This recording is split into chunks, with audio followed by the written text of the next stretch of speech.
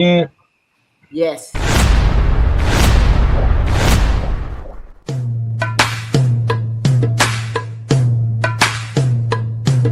It's time for the Ella Johnson Show.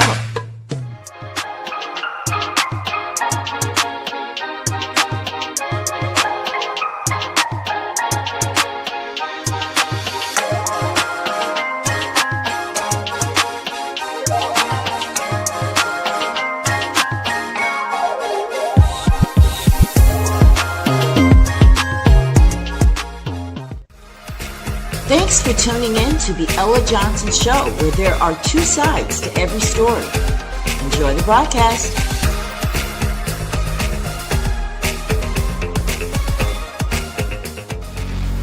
Stay tuned.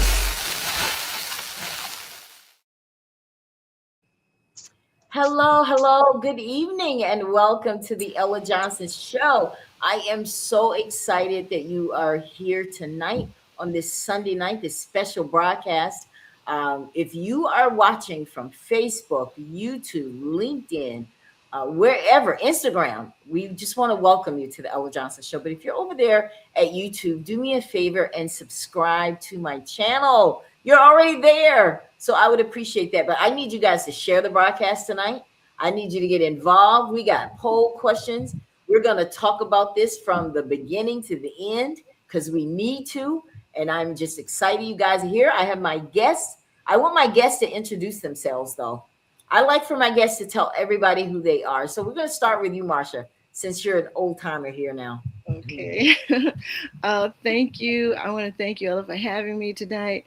I'm Marcia Nettles, and this is my sister in community. And we were, brought up in the same community. So I'm so happy to be here. I'm so proud of who she is and all that she's done.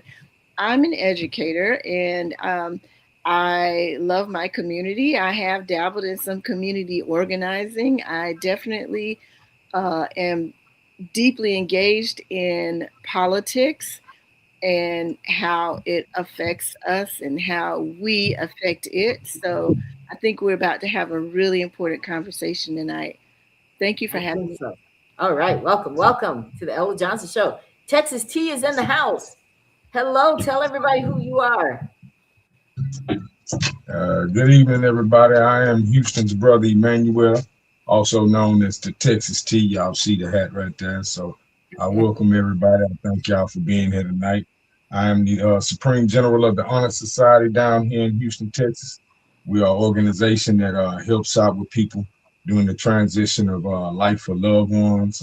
We help out with a lot of victims of crime down here for them to be able to transition from the situation to a healing path. And a lot of people, they don't get that during those times. So we have brought together the forces of others that have went through it to assist with the other people that are just now going through it, to make a change, to offer some kind of consolation.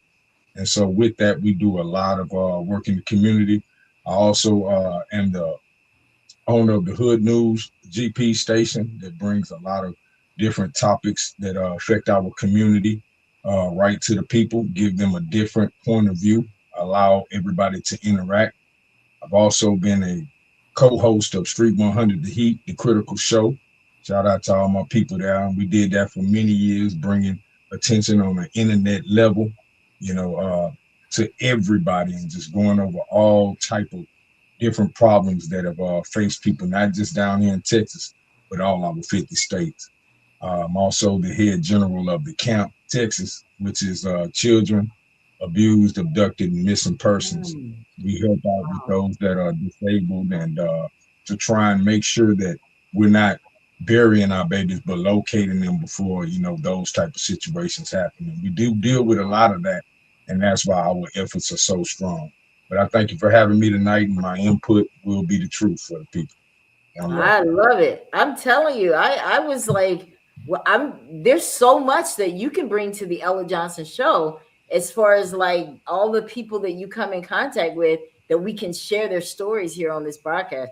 I'm excited. Welcome, both of you. I am definitely looking forward to this conversation tonight. because this is one that has to be had. I know there isn't a person, unless you're living under a rock, you haven't heard about this case with Jamal Bryant and all of this. Okay, so here we go. We're gonna get started this conversation. 60 years ago, Operation Breadbasket taught us that our dollar is our power. They taught us don't buy where you can't work. But in 2026, it feels like the message has been hijacked or something. We've got a massive divide tonight, and that's disheartening. On one side, you have national leaders. They're taking a victory lap because Target cut a check. On the other side, you have the people who actually started this fight in Minneapolis, the ones who stood on the pavement when it wasn't popular. Well, they're telling us the war is just beginning. Two different stories, right? And here is the part that should make your blood boil, because it did for me when I learned this. The founders of this boycott were offered a meeting with Target CEO. Did you guys know that? And they said no.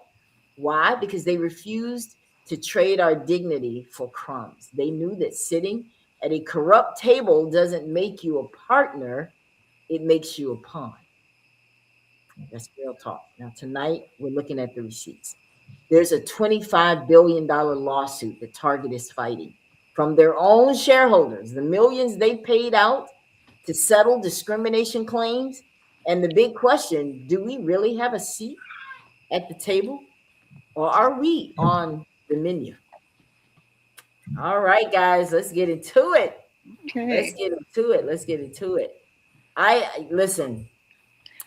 When I knew that I wanted to do this show, Marsha and Texas T, I said, it's not a tough conversation to have, but it is and it isn't, because we have to check ourselves, right? And that's never easy.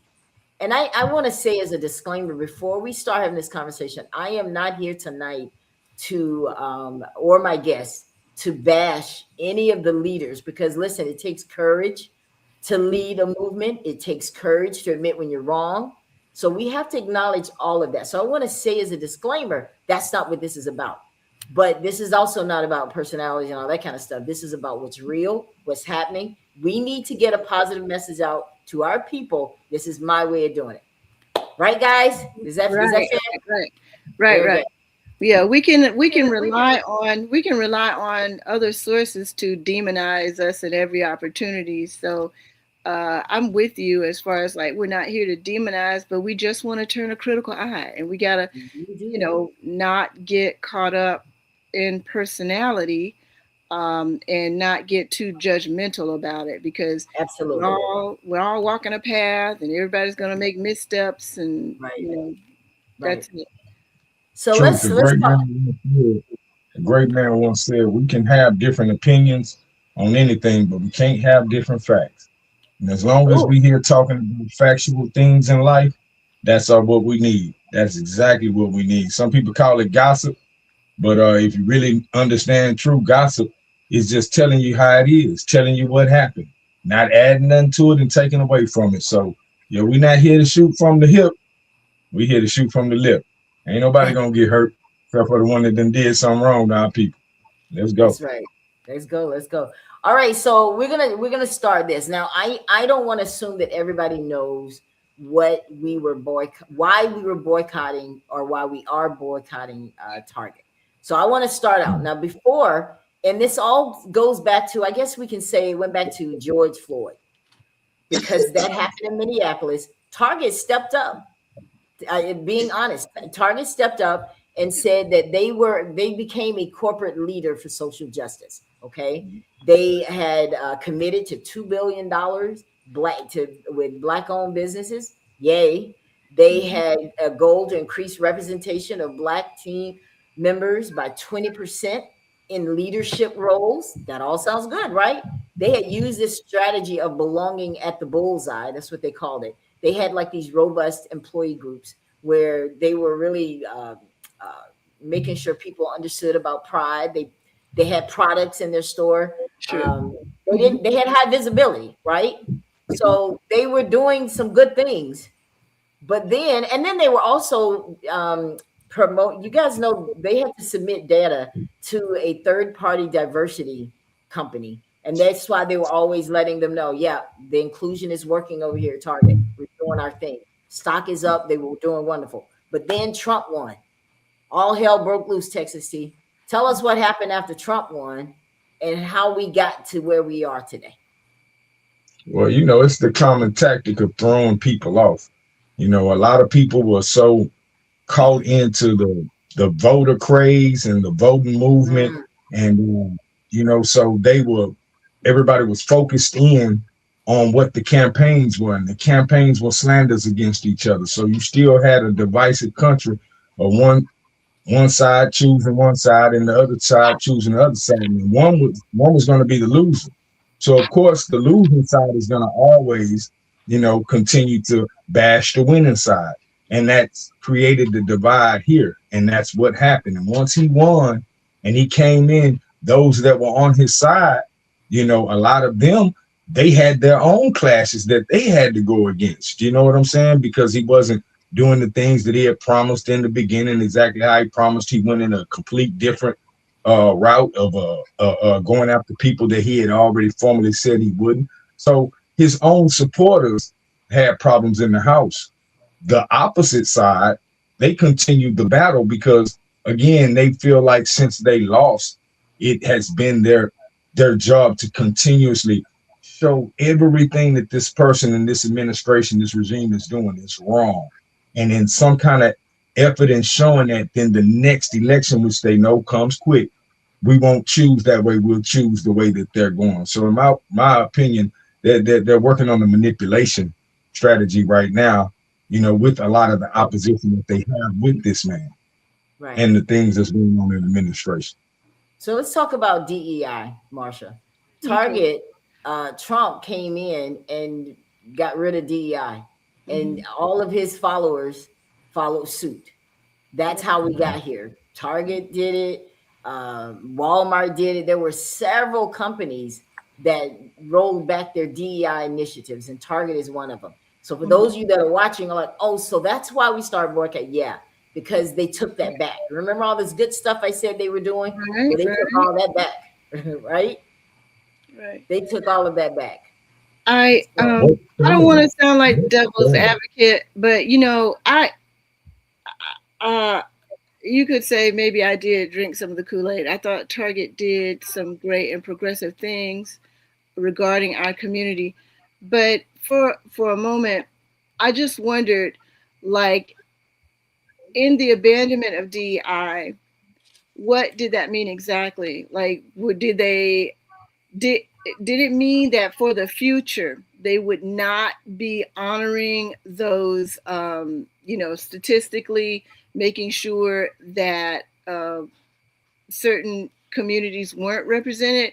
Would they be firing people would they be getting rid of people of color that are already on staff? Like what? So what they did with that was they said, listen, everybody's important. All businesses are important. Instead of saying supplier diversity, we're going to say supplier engagement. They worded everything so it doesn't look black. They didn't want to make a focus on black. They want to say if you qualify, that thing P has Hegseth was saying, you have to just qualify. If you have a good business and everything is great, they weren't going to focus on black anymore. That's what this rollback was. That $2 billion, they stopped. That's why when you hear Jamal saying that they cleared 97%, that's not a new pledge. That's something they already pledged and they stopped paying on it. That's why they're not all the way in, right? Texas T, am I right? I want you to fact check tonight. Oh yeah, it's statistics behind it. That's why so many people took a lot of offense. It's because a lot of people don't know the statistics. They don't know the facts behind a situation. And when you put someone in front of a camera, the power that they hold over you to persuade you is immaculate. And what he did in this manipulation is he said things that when you fact check them, those things are not the truth. And you're supposed to be a man of God and all that there. You're supposed to stand on the truth. That's why you can manipulate people, because people will listen to a preacher or someone of the cloth before they would listen to a person in the community that's directly involved. So they knew the manipulation would come from him. When he said in his statement, 300,000 black women lost their jobs this past year. That's a direct lie. It's 113,000 per the IWPR report. That's Essence magazine. I mean, that's Essence reports, and that's from 6.3 in to 5 point from 6.3 to 5.4. It shows that that's not the number that he's saying when he say the highest year of unemployment for black people. That's a lie, because black employment rose 7.5 at the end by December 2025 on the numbers, and that's been the highest rate since October 2021. 15% in 2011 and 16.9 in April 2020. See, those are factual statements that everybody can go and look up. So when he says stuff like this, what he does is he excels the problem. He balloons the problem into something being something that it's not. And those things right there, those lies, that's what tells us this is a manipulation. So when people say, I think you sold out, you don't have to. That's exactly what it is. We're going to have proof of these things, because again, you are in the clock. You control what you speak. When you have this camera, you know exactly what you're going to put out. So when he puts out this warning, highest year of unemployment for our people, black people, oh, now it's all about black people. Well, when we go to the statistics, that better line up with what you're saying. Otherwise, you inflated it on purpose to make us think again that there's a problem there that's not, and that you solved it. When he keeps saying in his statements, we did. He's claiming ownership as him being a part of those who produce the boycott or have some form of authority to be able to continue it or stop it. He's purposely doing this. And I tell a lot of people, because I go after a lot of people in my Restoration Through Reeducation series, about how our leaders can manipulate us with wordings.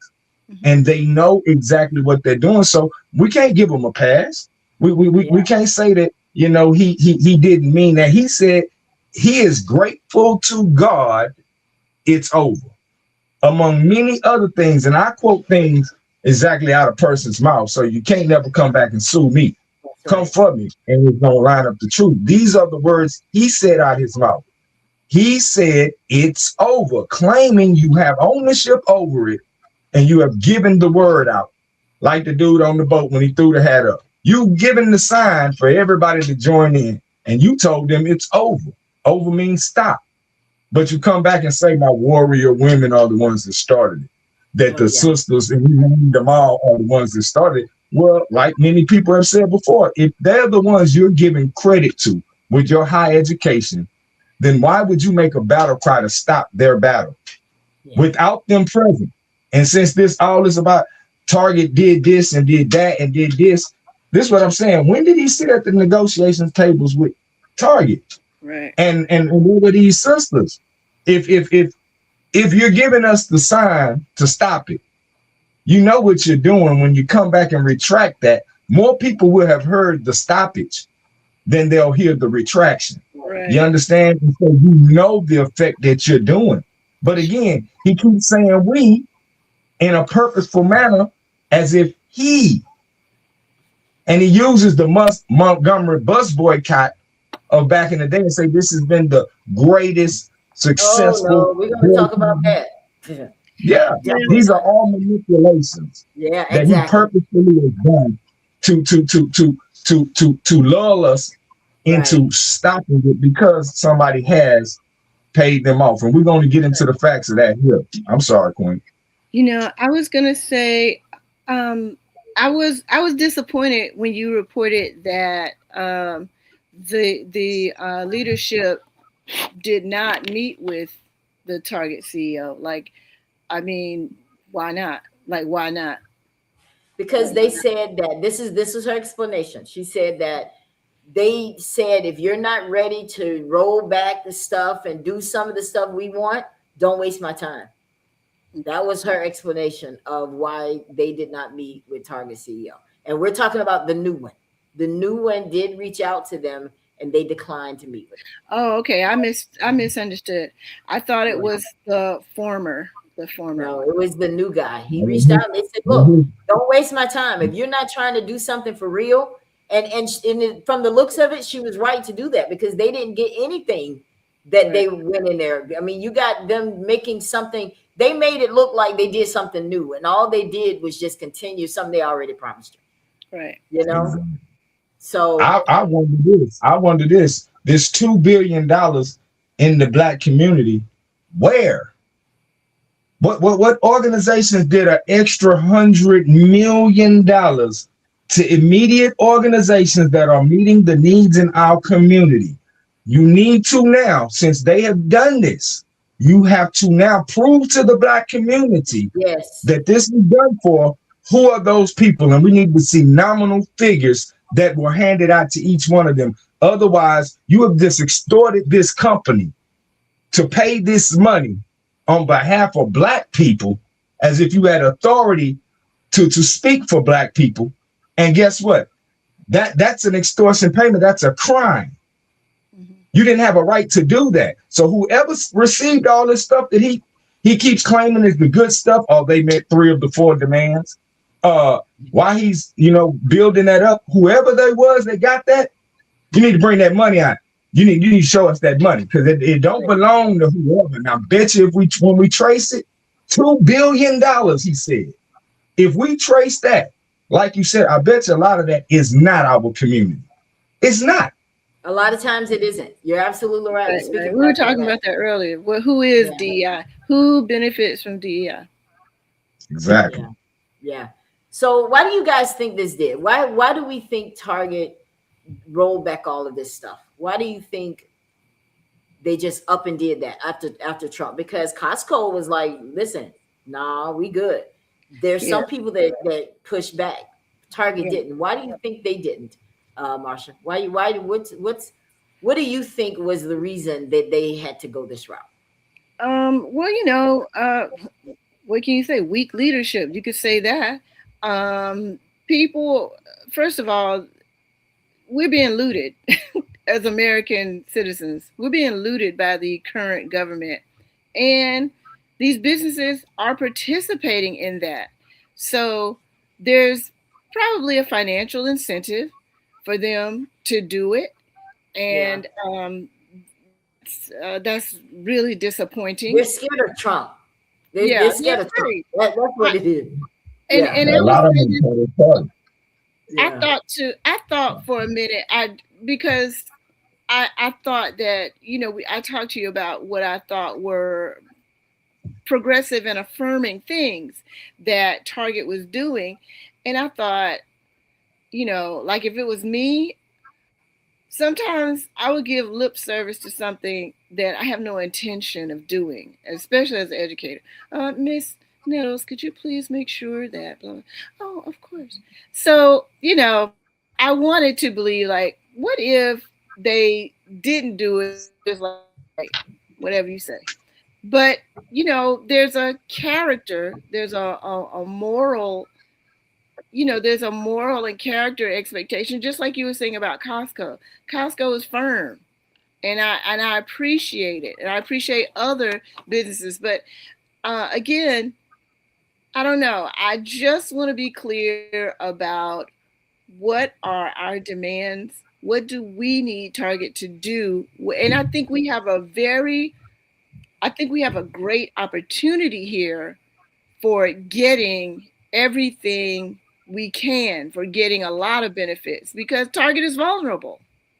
Okay, I'm yeah. sorry. I didn't mean to go off on a No, tangent. no, no, no. That's I okay. believe I believe Target jumped on with the campaign because it's true. A lot of the Target shoppers have been known to be a lot of the supporters, of Trump during the past years. A lot of them, and so I feel like the company in a business strategy, in a business move, these are my opinions, in a business move, they chose to ride with what the Trump administration was doing and excluding. And they took a gamble because they felt like their shoppers would be loyal, like the MAGA movement, and they would keep them in business, and they were joining. Uh-huh. And when they saw that it didn't Uh-huh. work that way, now they got to back out because now reality understand you're going to be here. You're a business. You know what I mean? You're going to be here long after Trump is gone, Target. So do Yeah. you want to disrespect your own customers? So now they have to get back on the business strategy and figure out how do we fix it now. But the Now you're gamble we on to made. something. Now you're on to some, Texas T. Well, how do we fix it? I'm gonna tell you guys. You know, I'm gonna just call a spade a spade. I believe that the reason Target is entertaining Jamal and the group is because now they need to look good. This boycott is hurting business and it's Oh, hurting their shareholders. yeah, Now they're getting sued. There's pensions that are getting messed up. yeah. They got all kind of lawsuits and discrimination lawsuits and stuff over their head. They're So they hemorrhaging need to make it look nice. They need to make it. We're playing with the black folks. We're playing nice with them. That's what they need to do now, because now it's going to pull all these people that want to hold back their funding, and they're like, look, y'all better fix this. So that's why. Because my thing is, if you really want to be credible, why didn't Target say it? Yeah. Why didn't Target say it? Right? Has I'm anybody getting ever looked at that? preaching. Why is he doing all the talking? Why aren't they talking? That it's over and we're going to take care of y'all. Right, right, right, Right? right. Where's the leadership? Where's the leadership from Target? I thought too that. Well, that's okay. No, go ahead. I got that southern minister over here, y'all. I'm getting worked up. I'm getting hot. See, I'm a PK now. You know, for those that understand. So I know what Jamal Bryant and many of those that jump out there. I know a lot of their tactics. You know, I was the kid in the church that sat there and watched them, studied them. You understand? And so today, I guess they felt like I would continue in their manipulation. And when I didn't, you know, I was ostracized from their church, you know, because I'm not going to lie to these people. I'm not going to do that. And so a lot of times what they do is they try to shut down that type of philosophy. When a person tell them to prove what you were talking about is real to me in my life, they want to get to the manipulation, get back to the hope and faith and trust. All of those things, those words are synonymous with deceit because none of them have any facts behind them. But when you tell a person to prove things, to show that my seed is growing, and they know that they can't do it, the foolery, they'll try to run away from you. They'll get mad. They'll reject you, and they don't want you around. So a lot of them, of course, they have those that are in the community that really do things, and they're not paying attention to them. They're right around them. Right. And they're not paying attention to them. Why? Because they can't use them to manipulate the people. That's right. You know, they can't use them to for their self-gain. And what it all comes down to, and I'm saying this, and this is what God loves, as my grandmother used to say, what it all comes down to is that almighty dollar. That's what it all comes down to. Absolutely. That almighty dollar. Oh, yeah. They do all of these things at the beginning, the middle, and the end of the day for financial wealth to take care of their needs. Other than that, I'm not going to believe nobody out here does anything just for my good. You don't even know me. Right. I'm just getting up as a politician every day. I don't take any money. I work my own self and I spend my extra time making the world better for y'all. No, all of these are paid positions of authority, even down to the preacher. And so they covet these payments. And so this is what we call the political game. As the Bible said, for those that know about the Bible, it said at a certain time, there'll be many out that are only out for political and economic gain. They will not teach the children right. They will not teach the people right. See, a lot of those pastors, they run away from that because if they say it, then they know the mirror comes to them. And then they know the people can come up out of their foolery, trickery. It's very easy. That's why they stay away from that. And what does he do? He comes out and he says, we. He manipulates the people of God, those who he's supposed to be covering, watching, and not allowing the system to manipulate. These are the same people that he would turn around and say, I'm sorry, I have failed. Look, I don't want to hear I'm sorry from a surgeon. I don't want to hear I'm sorry When I put my mom on that operating table and her hands in your life, you sorry. What? How can you fail? This is a job you're not supposed to fail at. You're supposed to know what you're speaking to the people and giving us and directing us to do. And they do know. And that's And what exactly he's what he talking did. about is that Jamal did come back and say he failed. He's sorry. He didn't understand. That came out, I think it was today, right, Texas He. And I'm just reading this and I'm like, really? Yeah. Okay. So Danielle, I want to take this comment from Danielle, and guys, and we're gonna have our first poll. I'm gonna make sure you guys are engaged tonight. Danielle says, "I'm sick of these false prophets. Jamal don't speak for the black community." Oh, I can't tell you how many times I haven't seen that over the last couple of days. Cheating Jamal needs to tend to his affairs. Okay, right. So I didn't know he was still cheating. Okay, so here we go, guys. This is the first poll. Can a company be a community partner if they fund programs that increase incarceration? No, that's a conflict of interest. Yes, they're just trying to keep stores safe. Or C, depends on if they stop now. Can a company be a community partner if they fund programs that increase incarceration? Why is that one of the poll questions, Ella? Because Target does. See, this is the thing that's so real. Everybody's trying to silence the originator. She knew why she moved the way she did. This woman knows the dirt about Target. That's why she's not impressed with Target wanting to just speak to her. She said, "We ain't playing with these people. We mean business." And Target is very responsible for a lot of incarceration, guys. And she rolls some of that out when she explains herself. So people just look at her and think, "Oh, she's just an angry lady. That's why they don't want to talk to her." She's not ready. She's not there for the BS. This lady understands who Target really is. And after reading today, because I didn't know a lot of this stuff until I started researching, and I'm like, there it is. That's why she's not so quick to go to the table. This woman has made a lot of demands at Target, but we don't hear about it. But we heard a lot of Jamal, because you were saying that too, Marsha. You were like, I didn't even know that this lady was running this. She was there. I didn't know. Did you know that? She didn't have the coverage like he had. Again, it goes back to the stage he has always been the most powerful in the black community. Our pastor, our preacher, our father.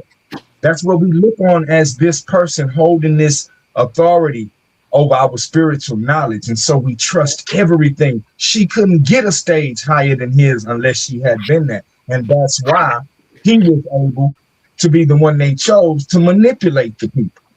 And so many other times we don't call it out exactly for what it is, but hey, it's the truth. It's what God loves. It's the truth. But they don't want anybody talking like that, because then, it makes people think we telling you to leave out the church. No, I'm not telling you to leave out the church. I'm telling you, don't let nobody fool you. Pay attention to what's going on in front of you. These people you're talking about, God want the pastor to have Rolls Royces and all that. He bless people, but he want the people to be walking. Man, what God you serve and want that type of situation?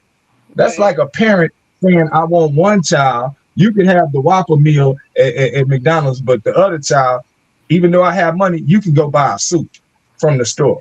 What? Who does that? You understand? That's a hateful father. I don't want to be a part of a father like that. I don't want to be worshiping a deity that would make me or make anybody else treat each other like that. And if that's what's happening, we got to get away from it. But the people have to have the courage to stop thinking that Jamal Bryant or any of them is any different than everybody. My grandma used to say, hey, man, everybody got an asshole and it stank what comes out of it. Guess what? He do too.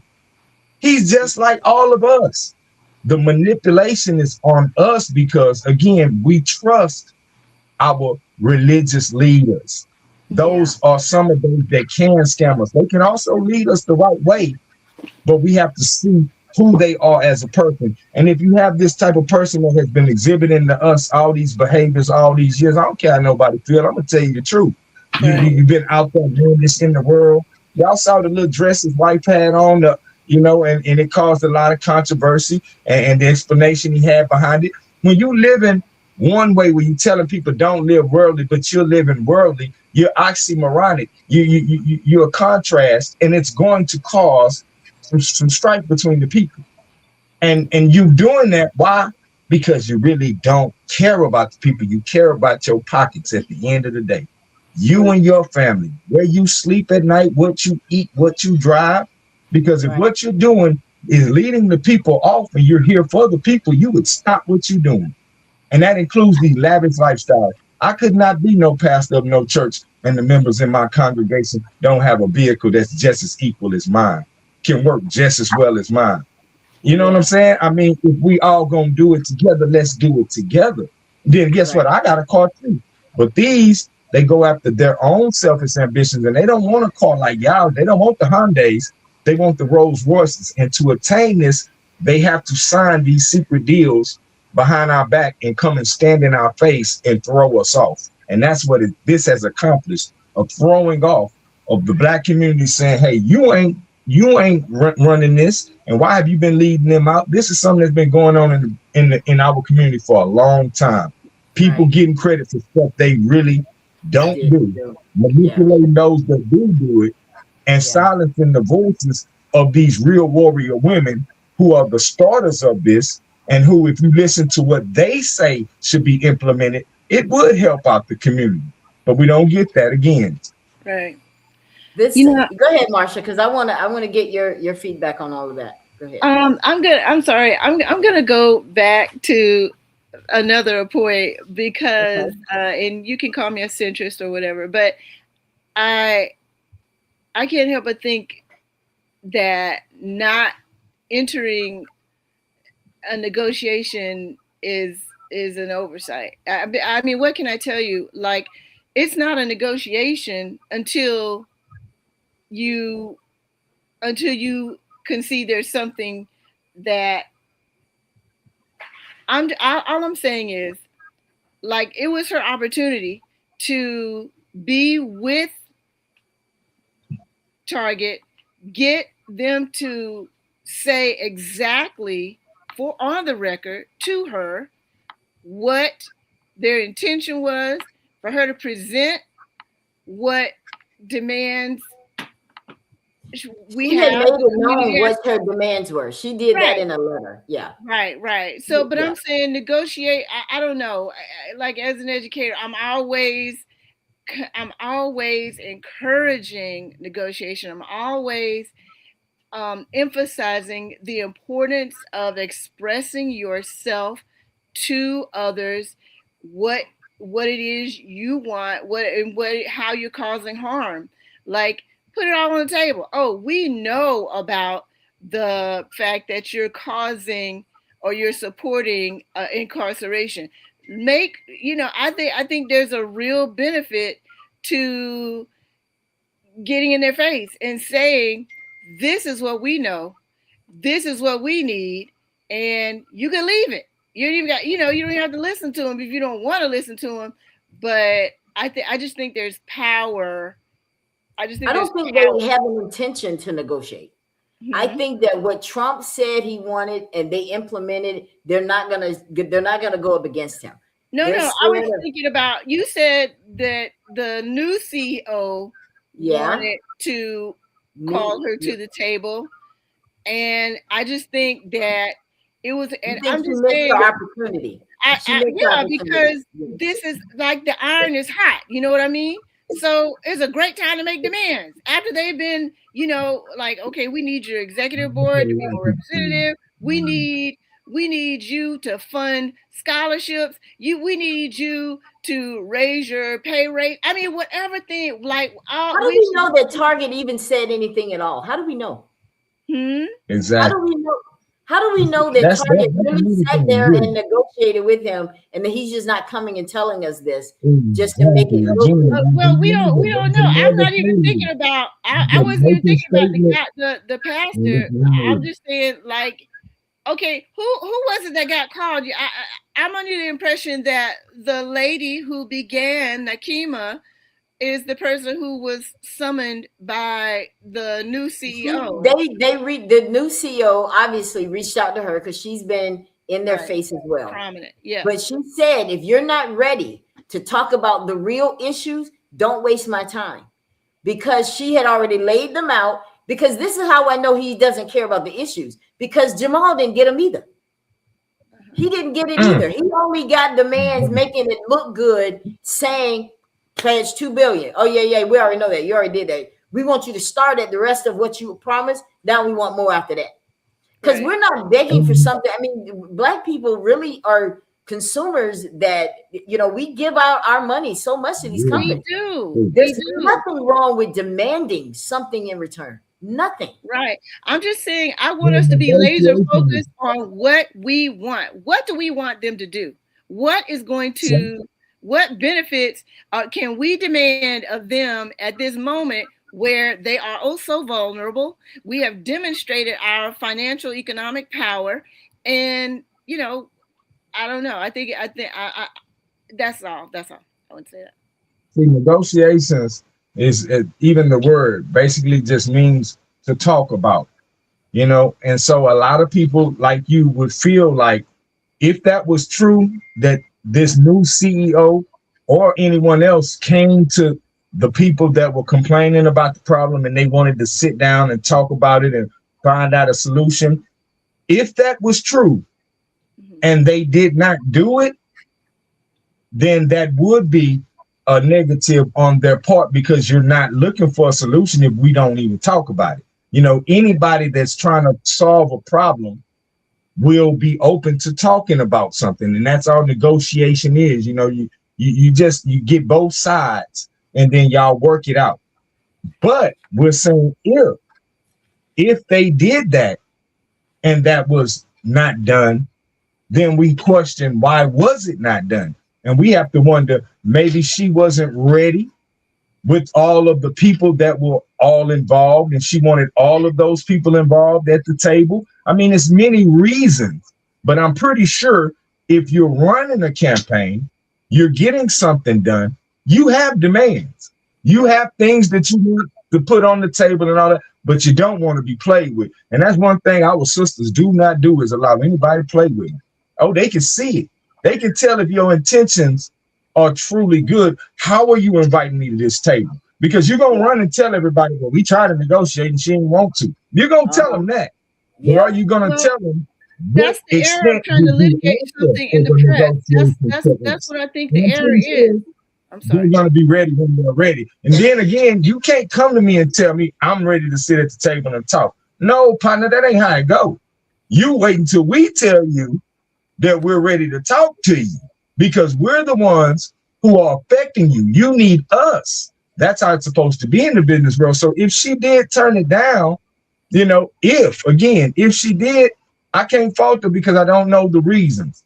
But I do know that a negotiation takes two people. So if he went into some kind of negotiation and these things were promised to him and were done to him, that means he made some demands. And if he or anyone else made demands to this company and this company made reactions off of those demands, then that means they did not include this woman nor the people that started this, that are instrumental in it, and now the authoritative figures in this, to be a part of it. And why would you do that if you're this godly person bringing us together? Man, come on now. We weren't just born yesterday. And, I was born in the morning, but it wasn't this morning. So understand, none of us are dumb. We know when people in our community will sell us out for money.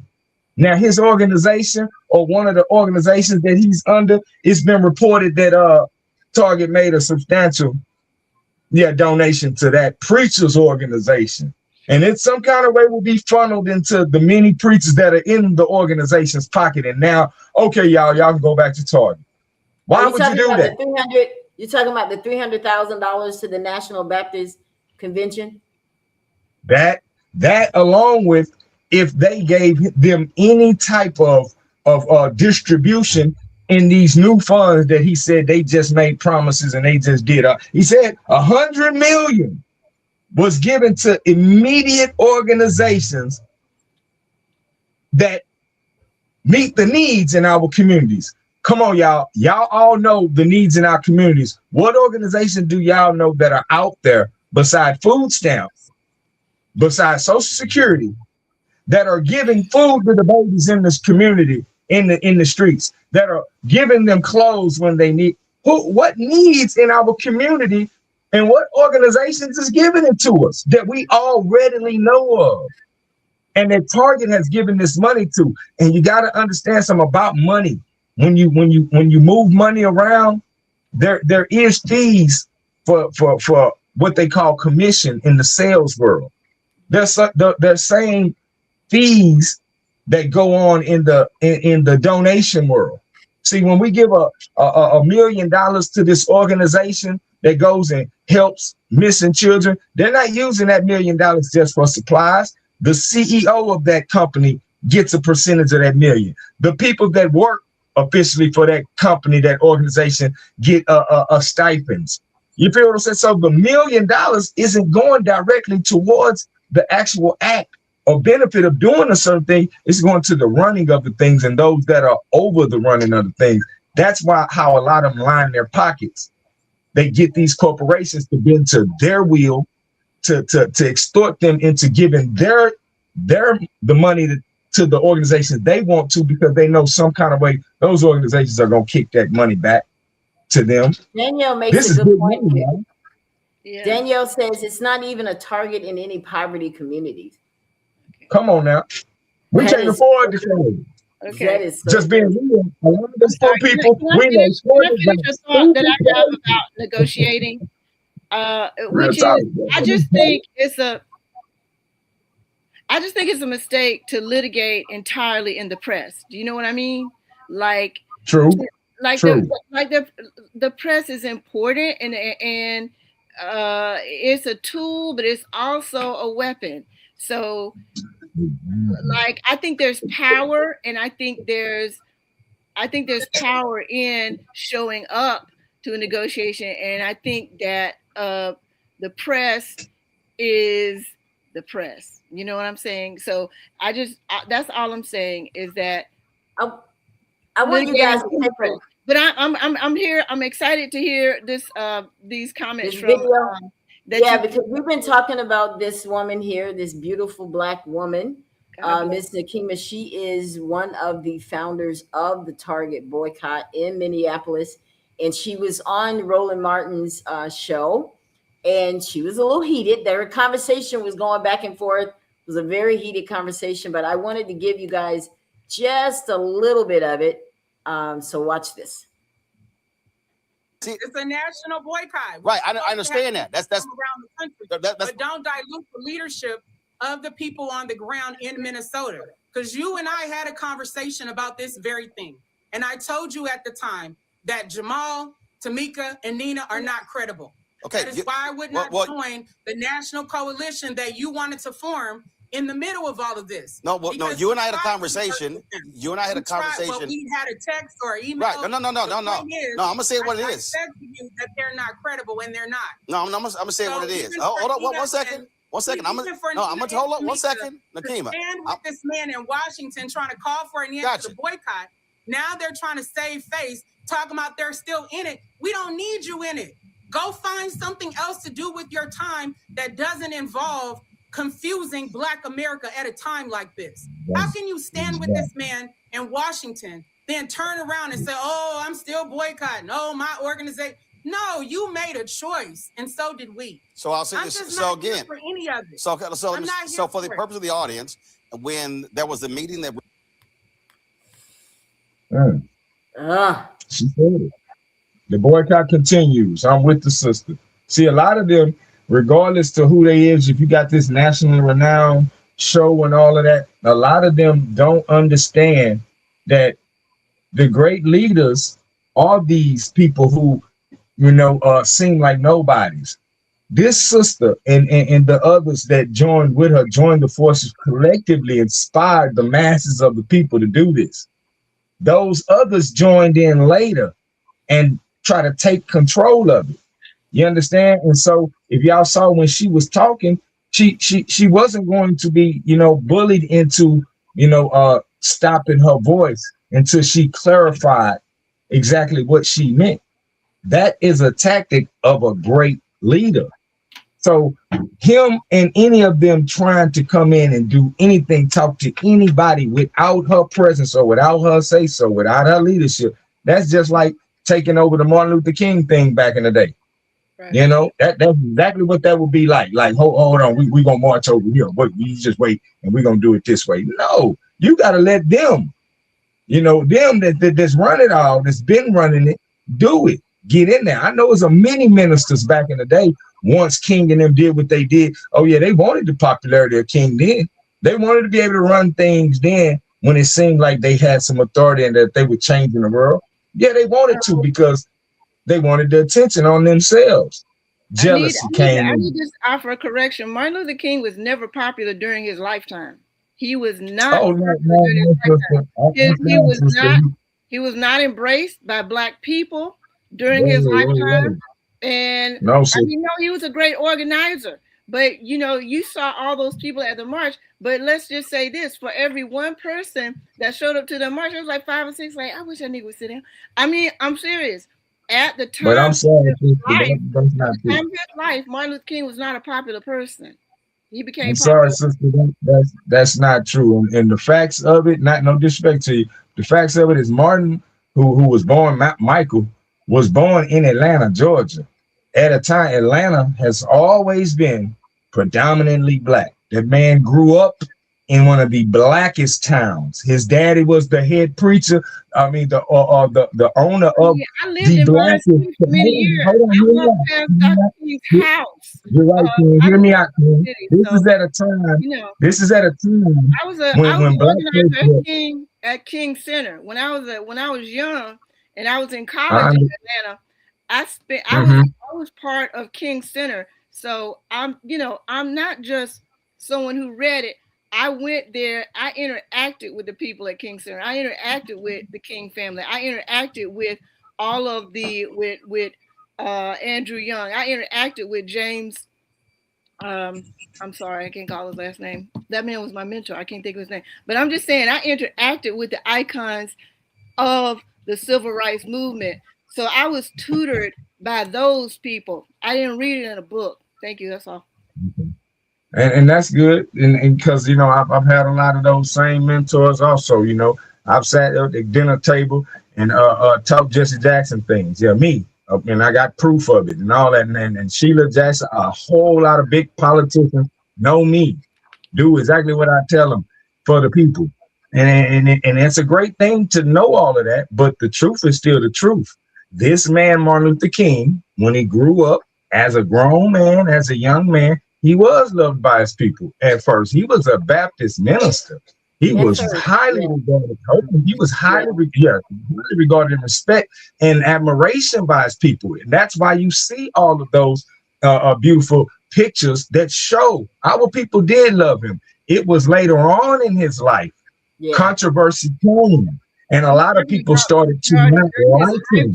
And he became unpopular because Martin Luther King moved to New York. And when I talk about popular, I'm talking about percentage wise. Like, would you believe, would you say 75% of the people, embraced him? That is not true. So guys, let's get back on topic. Right. Not embrace him. Let's get back on topic. I want to talk about the video. So what did you guys think about? What did you think about the video, Marsha? Yeah, I mean, I got the message again. What can I tell you? I want those negotiations to be understandable. I want them to be clear. Well, until we hear from her, we'll never know exactly why she didn't. But from what I see, what they got, I see why she didn't. I see why. Because they didn't come back with anything. There was nothing substantial in that conversation that they haven't already agreed to. Mm-hmm. And so they didn't seem like they were really ready. They didn't even apologize. They refused to do that. Their response is, we're just going to move forward. Okay. We're going to move forward. That's what Target said.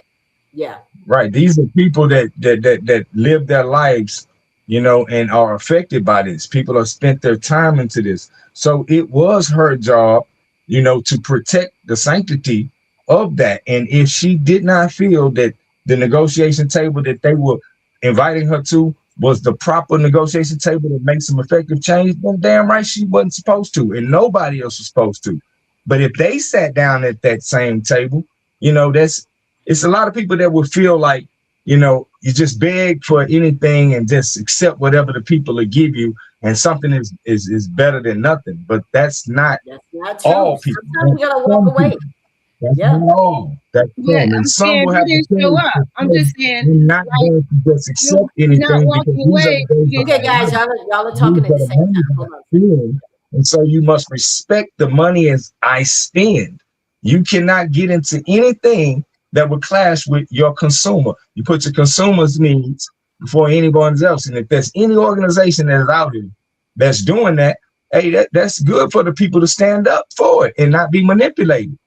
And what's wrong with it? That's how I feel about it. Marsha, go ahead, continue what you were saying. No, I'm just saying that seems like the first step to me. I'm not gonna keep hitting it, but it's just so her conversation basically, because in her conversation with him, she said a lot of other things. She said that she didn't feel like Jamal was genuine. She said that she's disturbed at his actions. She felt like he was peddling himself as the leader. She's had conversations with him. So this isn't, it's not like she hasn't talked to him. She hasn't talked to Roland. They've been talking. Right. So here's my thought about this conference. I think that it is great that a lot of people are getting involved with the boycott. But just imagine, I want y'all to think about the one that actually changed laws, which was the Montgomery bus boycott. Yes, ma'am. That's a boycott because there was legislation made as a result of their sacrifice. People sacrifice going to Target, if you call that a sacrifice. And what did we get from that to say, okay, now we're going to do this? They didn't even roll back the DEI. He said, we're reimagining. What the hell is that? What is reimagining? Now he's over to Dollar General. This is his next. He's saying he's going after the Dollar Generals in the neighborhoods because we spend so much and they've never given anything. So now he says he's done and we're done with the Target and we're on to Dollar General. Again, these are things that are in your life as an option. God ain't promised you that coming in this life, you're going to shop at fucking Target or excuse my language, or be able to afford Target. Damn Target. It's a lot of stores I cannot afford. I'm just not going to go in there financially.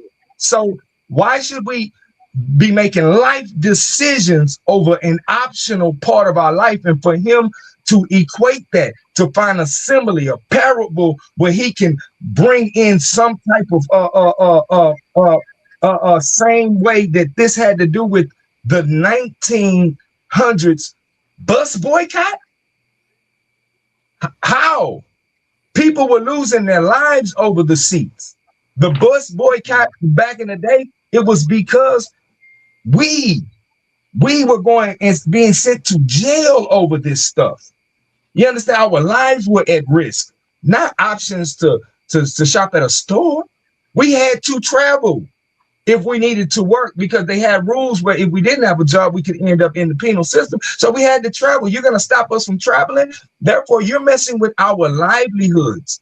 That is what that Montgomery bus boycott was about. But to equate it to the Target thing, no, he did that on purpose. He did that on purpose because you see the other sister didn't use that in her description of what they're doing. You can't. It's not even close. It's not even close. Yeah. He is a manipulator, in my opinion, like a lot of those, not all of those that use the pulpit and the influence the pulpit has on people, against people. And he's lining his pocket some kind of way because he's doing this for something. The statements he made out his own mouth, I'm sorry, that condemns him. It condemns his own self. I'm sorry, I have failed the people this past week. I led y'all. What? Marsha, let me ask you a question. Do you think that by this conference, this press conference that Jamal had with the other women, do you think that this did damage to the boycott, to the movement? Yeah, for a lot of people that ain't Target right now. I went by doing research before I got here, and this is Houston, Texas. I tell you, you go on Target, go by Target. I promise you're gonna see black faces up in there. So what does that tell the business world? They think that the black dollar is the melanated, dark hued person. So as long as they got dark hued people up in there, not understanding everybody black ain't black, that they feel like they won it. Think about the other cultures who disclaim themselves from us. Are they a part of our Target boycott? Are they participating in it? Go down there and see if you see all these different people still buying Target right now. So no, it did that. You did think it did. Okay, Marsha. What do you think, Marsha? Do you think it did damage by them stepping ahead like this? I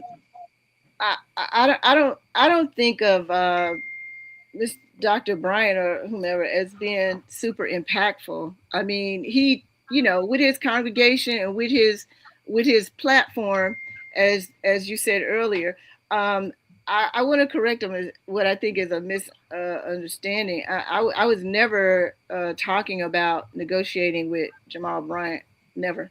I was talking about the sisters coming together to tell the heads of Target what. Yeah, I knew what you were talking about. Well, I don't know. It felt like someone was talking about negotiating with Jamal Bryant.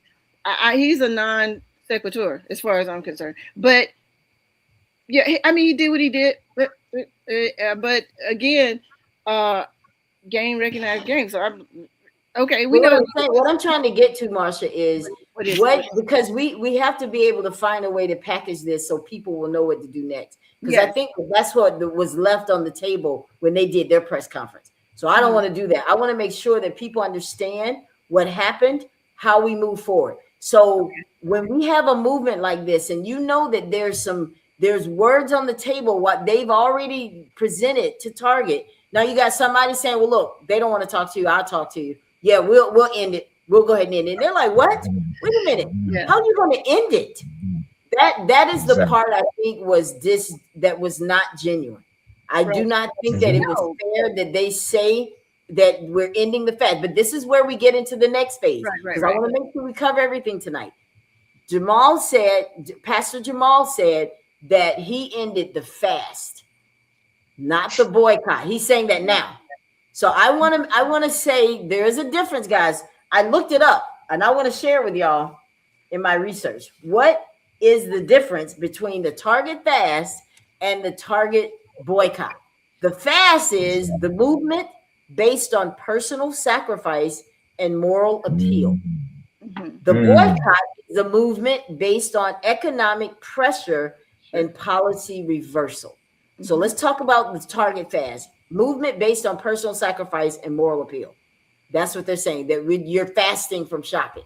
Right. That fast is over. So now when the fast is over, are you saying go shopping? Right. Thank you. So because that's what you do with your fast. You eat. Whatever you restricted yourself from during a fast, that's what a fasting is to take whatever you find important, take it out. And then when you stop the fast, it's a return to. Yeah. Well, so hopefully when you fast, you are in a discovery mode. You are realizing you don't need it. You are realizing, I've done fast where I intentionally stopped doing something. And then when I tried to resume it, I couldn't. So fast have an important effect. If you figure out how to do without something, if you figure out how to resource something that you used to do, you don't have to do it. You might figure out a better way, and that's another part of our conversation that I hope we're able to get to. Like, how can we develop ourselves economically so we're not even in this position? Where's the where's our Target? Not Target, obviously, but where is our store? How can we publicize the Black businesses that already exist that can provide a lot of the items and services that we get from Target? And how can we economically really do you need them? Community that's a good question. Because a lot of communities don't have a lot of choices, right? How, like Ella in Monroeville, you just about gotta go to Walmart because you don't have nowhere else to go. You don't have nowhere else to go. So then, we have to start thinking, more about, these are long-term ideas, of course, but we got to start thinking about how to boost the Black business that we have that can supply some of these needs, and how can we compel the organizations, the opportunities that do exist to support. And Target can do that. We can compel them to do it. They're hemorrhaging money left and right. So I'm just saying. I think for me, I'm so different, guys, because I'm not trying to make it work for Target. I'm not trying to. The way I look at it, I'm like, I don't care if they make another $1 billion. I'm not saying. I don't think that we should. If they don't give us what we want, then just don't go to Target. Be done with them. Right. Let them figure out how to let Trump supporters spend all the money. Why are we trying to save them? We don't need to save them. I'm saying we can compel them through money. What do we get when there is grievance? What do they have that can help settle a grievance? They got a lot of money. We can get resources out of them to do what we want. I'm just saying it's an opportunity. You're right about that, but the resources. But you're basically what I'm hearing is a way to get us back in the stove, and no matter what, that's the job of Target and their corporation, their big heads. They have to get the people's money back in the store because they know, number one, most of the stuff in that is priced very, very high, so they're gonna make money on anything that they sell out of that store. And who are the people that spend the money? Us. So they want to get us back in there for what reason? To make them more money. So if they got to give $5 billion right now to make $20 billion off of us, damn right they're gonna do it. But they're gonna make you think that $5 billion they gave us was something. Yeah. But it depends on what we do with the $5 billion. It depends on how we use that $5 billion. And not only that, together, right? Dudes like this. If we look everything, we're not gonna be able to convince hearts and minds, right? All that they have is a resource, and we can do anything we want if we plan it, if we organize it. I'm just saying there is a way to make this really beneficial. There is a way for them to support and help our community create our own resources. We can. That's a demand we can make. We gotta first come to agreement with what we want. Exactly. But what do you think can be done by Target to help us? Especially with the George Floyd situations. Where's Target stand on the George Floyd situation since they brought their ass in it about it? Because that was our lives. That was some real stuff. Where does Target and what are they doing to represent change from the situation that happened to George Floyd to not happen to its consumers? Please tell me. I need some data in front of me. But they didn't do nothing. They ain't gonna do nothing for it. They don't care about no George Floyd. I'm sorry. We're not here for hearts and minds. I'm just being real. Guys, I want to ask you guys some questions. Do you think that the people are confused? Do you think they still care? Or do you think they'll now start shopping at Target? You said that you saw people at Target. I'm sure people were going anyway, right, Marsha? Even during the boycott. Like I said, full disclosure at the beginning, I found myself there a few times during the boycott. I can admit that I think I decreased my reliance incredibly because as an educated baby, we all up in there. They gave us a discount. They delivered to our houses for free. Hey, honey, please. But I'm just gonna tell you, like I'm not going to be dishonest that I've been in there a few times, but I've greatly reduced, and I'm incentivized to keep doing it. I've only been in there a handful of times throughout, right? So, but here's my observation too that I want to make, and I told you about this, Ella. The fact that I don't know if it's just a New York thing because I'm in Brooklyn, but in the stores that I'm in, there's no shortage of Black people, employees. There's no shortage. As a matter of fact, almost to exclusion. The stores that I'm in have Black people, like everywhere. And they seem like they cool about being there because I talk to them, And I say to myself, the problem, that we probably have is like, are Black people representing leadership? Obviously not, because there's no way a decision like this could have been made if there were people of color in the boardroom, if there were people of color in executive management, if there were people of color who influence these decisions. So well, that's what they had going, and they stopped it because of Trump. They were on that path. That's why we boycotted, because they were doing that. We were giving our dollars to them. They had Black, Ms. Brown and all these people. We were celebrating. But then when Trump came in, his word mattered more. He didn't care about George Floyd. He didn't care about, look, y'all Black folks need to figure it out. Because I'm not going to jail. I'm not going to get investigated. That's what he was afraid of. Because Trump was making all these demands and scaring everybody with these baseless investigations and taking funding away and all this kind of foolishness. So he bowed down to Trump and like, look, y'all on your own. So what do we think all of that went just because he met with Jamal? Where do we think all of that went? Did they just all of a sudden say, oh, I love y'all again? No, you know what I read? I read that Target said Jamal came in this meeting. This is something I did read, but that he came into the meeting and did all the talking, and they really didn't say anything. But no, we're not apologizing. We're just going to move forward. They're not going to, because they know Trump is watching. So I don't know why we even think that was a serious situation. Do we know that this lady also sent a demand letter to the CEO about ICE? Okay. She also, Nikema. Yeah, her group. I was aware of that. Yeah. And that's super important. Super important, because Target is fueling our oppression. Yeah. It's like having 4 kids and somebody coming, snatch them away and take them away. And then you go back to the family and you bring back 3.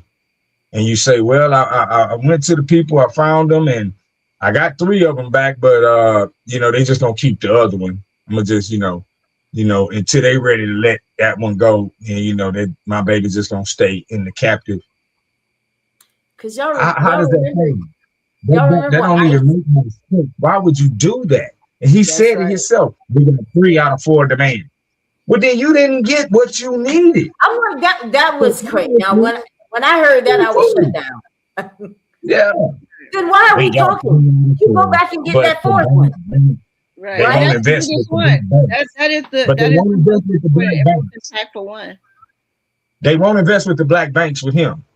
So what negotiation did he do that was so much more powerful than what the little sister, if she did, turn him down?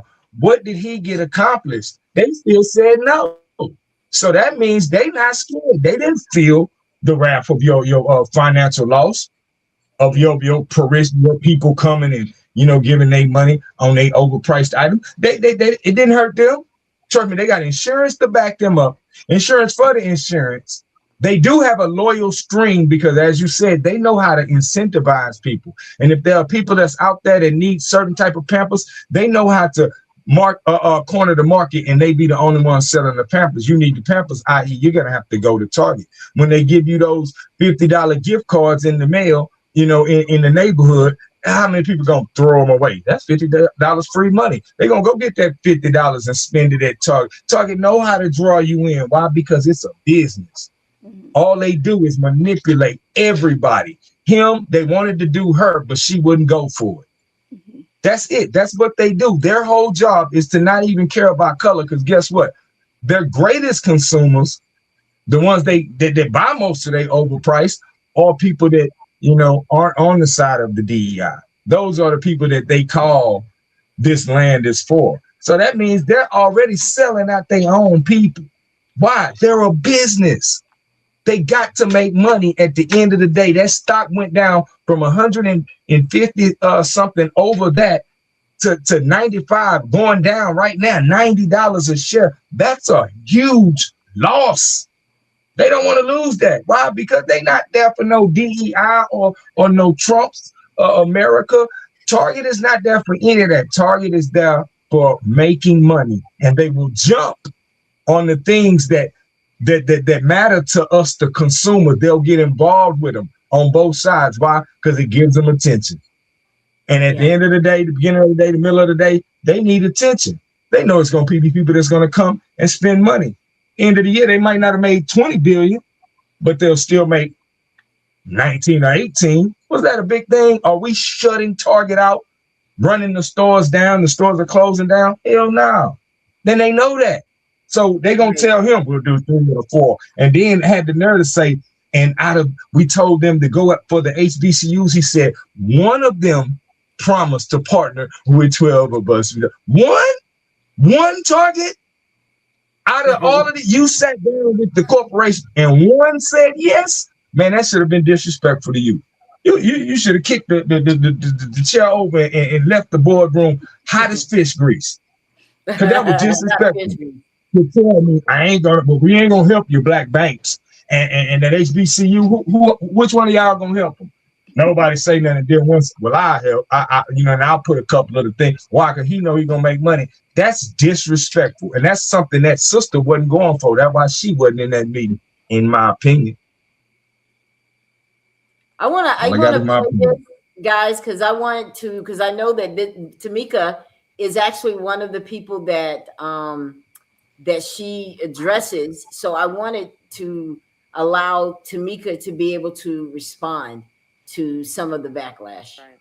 Yes. Well, let me just also say that I've never claimed that I started a boycott. I've never said it. I haven't said it on this show. I haven't said it to you. I haven't said it on any other show. I've never even said it in an article. In fact, when Senator Turner called me in January, and thank you, Roland, for what I'm about to say, February 12th, I had a new book coming out. Right. And so I have to be honest in saying that, I was trying to get on shows and to be in front of the public to promote my book, which is my memoir about my personal life.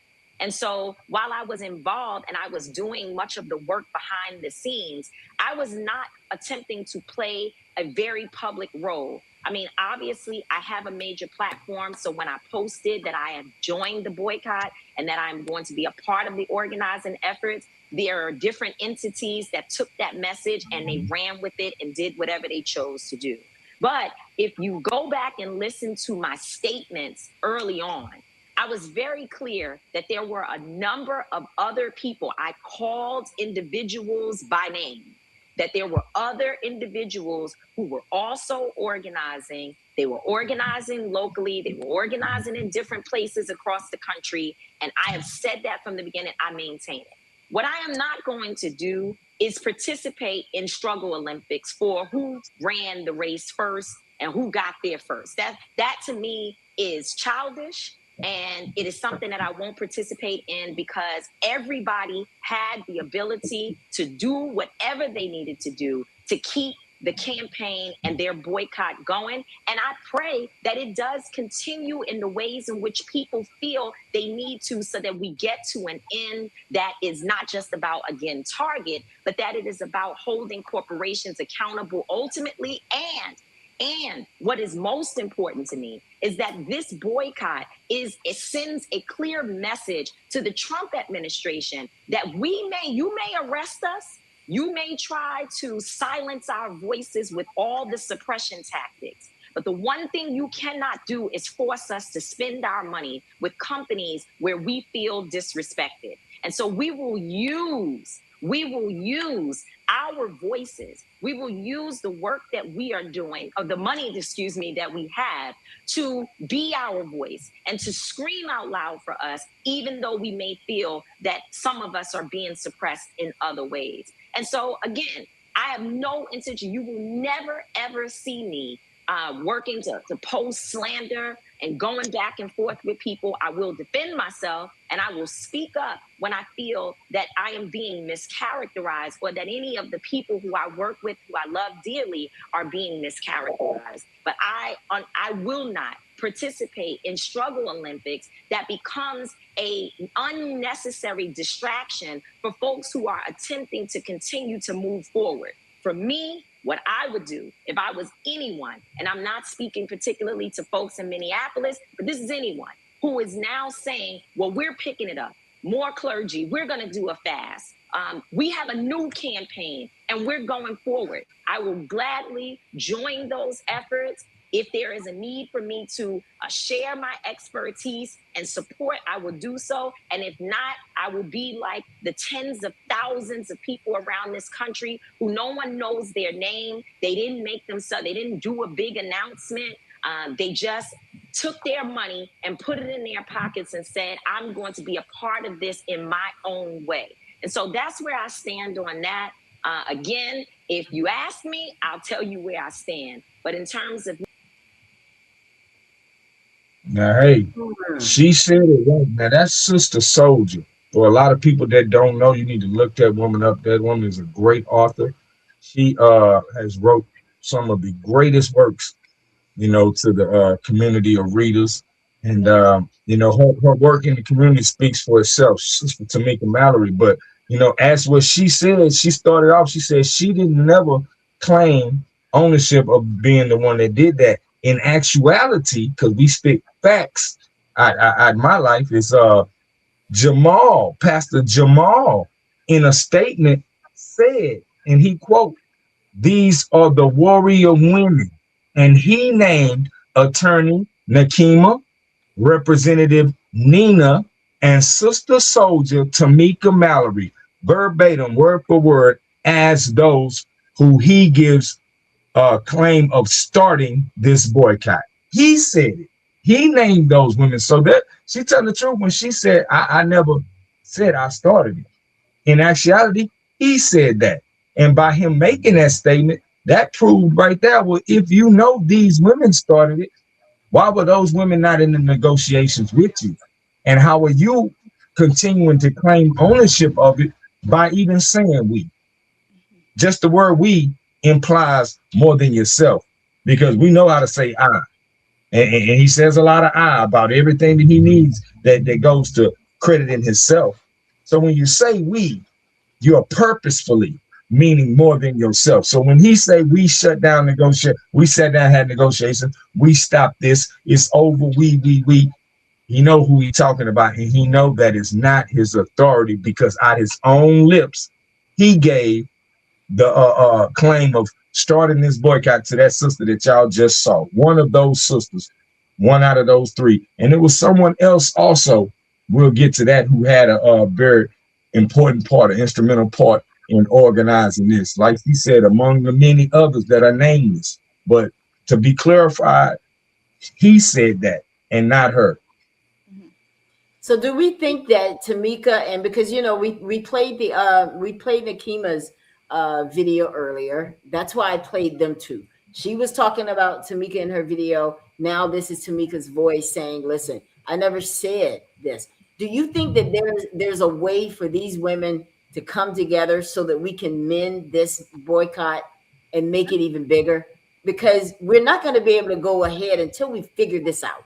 We got to figure this out, squash it so that we can go ahead and be powerful. Do you think that's necessary, Marsha? Do you think that's necessary? I hope so. I hope so. It's unfortunate that this leadership got derailed somehow. But in addition to that, we are not a monolith. What if we were aligned and several pastors, very powerful leaders in our communities, united? we haven't always had just a singular leader. We are used to having a singular leader, but times can times can accommodate having more than one leader. I regret some of the, I guess, backlash, some of the negativity that was put into the ethos around the, you know, I mean, I love everybody involved. I believe in their commitment. Even Jamal Bryant, even though he claimed it was just a thing with his church, which I believe. I saw his first video, but he went on social media though, like the brother said, he got this huge platform, and so he was saying, "Oh well, I just wanted to do this with my congregation," but you didn't really. If it was just your congregation, you might not have used social media. You would have just said, in your news conference was a bad idea. That's what I'm trying to get to. Right, the news conference was a bad idea. Do you agree? Yes or no? Okay. I'm sorry. Do you agree, Texas T? Yeah. Why was it a bad idea? Briefly. Why was it a bad idea? That's why I feel the manipulation, because as she said, you're speaking to the whole of the world. Right. When you're supposed to be, speaking to only your congregation if you only meant it for your congregation. That's why I don't believe in coincidences. I don't believe you misspoke. I believe you tactically spoke the words that you knew would give everybody to stop it. And now the backlash comes, and now you want to clean house and you want to save face. But you knew what you were saying when you used that word. And like she said, when you spoke on camera, period, in a news conference to the world, this ain't your church.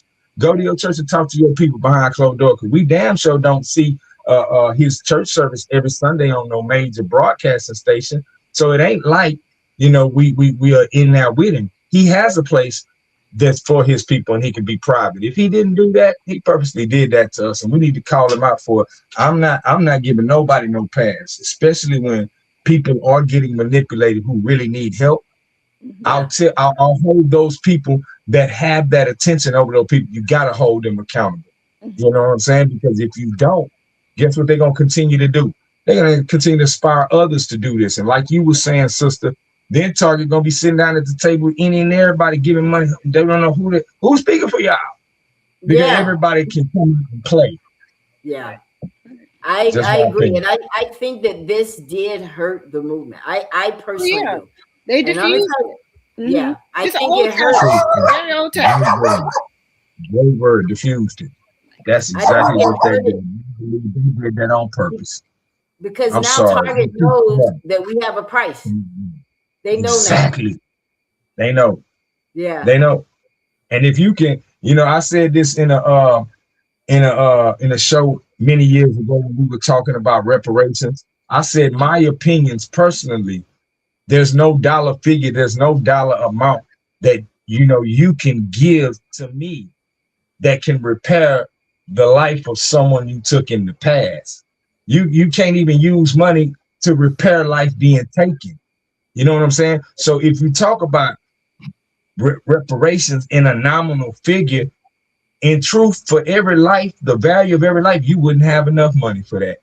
So we need to get off of making a price tag on things. You understand? It's more than just getting a pocket full of money. Right. Reparations ain't just that, but those that will manipulate you will deduce reparations to only that nominal figure and give you what they feel is good, but they only do it knowing they finna get a whole lot more. No. That's real. Just think about it. They had done that at Montgomery bus boycott.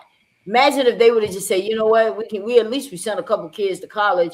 Don't worry about it, guys. We got something out of it. They were like, no, we need change to happen in the system. Right. Because if you're not systemically changing it, then you didn't do anything. That money, you may or may not get it. They already promised it one time. Why am I excited about that? Right. They just 2% left. They're almost there, guys. So I think the fast should be over. And I keep listening, and I'm listening for the positive in it. And I can't find it because I'm like, you didn't have to do that. There was nothing wrong with saying, hey, Mr. Kima and you guys, hey, let's sit down. Let's all sit down. Let's talk about this, guys, because we need to be on one accord, because we're all responsible to these people that are looking at us. Every single one of us. Someone should have been able to pull him back.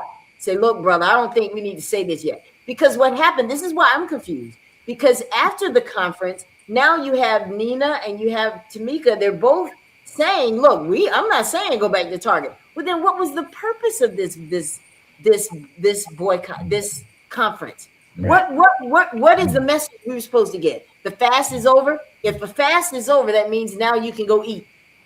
In other words, go ahead and go back to shopping now. Those were dog whistles to Target. I got your back. Right. The problem is Target, it didn't work because people, you see the backlash. Now I think that it hurt it for just a moment. I think that people watching all of these broadcasts, I think it's making people angry all over again. And I think they're going to re-energize after we get past this little tit thing here. Yeah. And I think that we're going to reorganize, and it's gonna be even bigger and better. People are going to really stop shopping. Yeah. I hope. I'm sorry. What'd you say, Queen? You hope? I'm sorry. No, I was just gonna say, in comparing the Montgomery bus boycott, I think that, and I said this before, we need to develop resources within our community. We need to, because what they did to keep people from getting on those buses, they got together and organized a very intricate plan to get Black people from A to Z, without them ever needing a bus. So that's on us. Like, there's something for everyone to do. And I think we need to organize in the ways that we are able to organize to prevent people from going. I mean, it's time to get to the next level. Maybe we need to form picket lines. Maybe we need to, stand at the entrances to these places and talk to the customers and say, hey, we would like you to honor our picket line and, not shop here because not spending money there is our biggest weapon. It's the most nonviolent thing we can do. It keeps us at the house. We're not out there worrying about ICE and running into anybody and getting in any kind of trouble. I think that is, and it obviously it worked because it caused all this. But I want to address these comments. Brenda Lee says it's over, that it's not a boycott. It's canceled for life for me. So I need to address this, because how many Brendas are out there, guys, that are saying, I'm done? Do you mean, Brenda, that now you're going to go shop at Target? Is that what you're saying? I really want you to answer me on that. Because the next comment says, I'm never shopping there again. They showed their faces. You see the differences right there? And I wish I could talk to Brenda, because I want to know, why is it over for you? Is it because of all this going back and forth? You're frustrated now? Is it because you think that we don't know? I mean, we collectively as Black people don't know what we're doing, and that there's no real leader, and that you can't trust the ones that are talking? Like, I really want to know why you say that, Brenda, if you can respond. Because this is what I'm afraid of, Texas T and Marsha, is that this movement is going to dwindle because of that misstep with Jamal. That was a big misstep. I'm just going to call a spade a spade. It was a misstep, in my opinion. I'm not going to dance around it, because I think it was. But here's the thing. Texas T. I really want to ask you this. Is it one of those things where someone can say, well, listen, if Nakima really wanted to go out there and meet with them, she could have done it too. We met with them. She could have done it.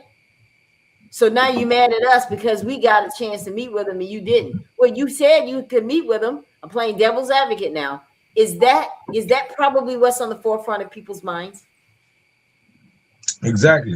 And that's, in my opinion, also because, we're not in those people's heads to be able to speak exactly to their mind. But from what we're assessing, from what was done, that's exactly what has happened. The people who were responsible were not ready. And so some other people who felt, that they could take advantage of the situation stepped in, and they did. And this is what we're talking about right now. This is what everybody's out here talking about. We're not talking about, rumors of things. We're talking about actual things that were done. This man made these statements claiming an end to something that he had no authority to do that over, and it caused a reaction of sorts. Yeah. So this is the truth. He did that, and there are those who don't want to say that it really affected us, and it has affected this movement. It will affect this movement moving forward, and that he purposefully did that to cause this, for their financial benefit. I want to give people something to think about. I want to give people something to think about because I want to make sure that I get through everything that I wanted to share with you guys tonight. Target has an agenda also. Of course. Okay. And it is not because, I miss you guys. I know we did that little thing with rolling back the DUI because of Trump and everything, but we're sisters and brothers now. We love you back. No, that is not what happened here. That is not what happened here. They need something. Okay. They need to not look the way they do because of these lawsuits. I'm going to tell you guys, they're in lawsuit trouble right now. Their name is bad. Their shareholders are not happy. They got people suing them because this DEI rollback, it made the stock go down. So people lost a lot of money. It's all about money. They have nothing. They do not care. That's why they can't apologize because it's not in them. Right now, they're allowing their business mind to step over something. Just give them something. God help us all. That's a line from Remember the Titans. But anyway, they just want something, and that's why they're willing to talk. Let's talk about these lawsuits. SBA of Florida is suing them. Okay, the Florida's Attorney General and pension fund managers allege that Target defrauded its own investors by hiding the financial risk of its DEI and social initiatives. The damage, they claim Target's political theater wiped out $25 billion in shareholder value. Mm-hmm. That's what's up. So somebody messed up financially, and so now Target has to redeem itself. But check this out. The Montgomery bus boycott back in the day. Why did they do that? Why did they change their rules? Because they felt bad about this little black lady, Rosa Parks, that got sent to jail. Because we feel bad for black people all over, and the treatment, so we're going to change the whole system. No, they didn't change for humanitarian reasons. They changed because of financial. Yes. It was financially devastating. Yes. And that's the only way they change anything, when it devastates them financially. We crippled them financially, and to this day, you can sit wherever the hell you want to sit on the bus right now because they know them dollars count at the beginning, middle, and end of the day. That's what Target find. They F8, what we call it, fuck around and find out. Yep, that's what they done did. Yeah. That's what they done did. But guess what? They only fixing it.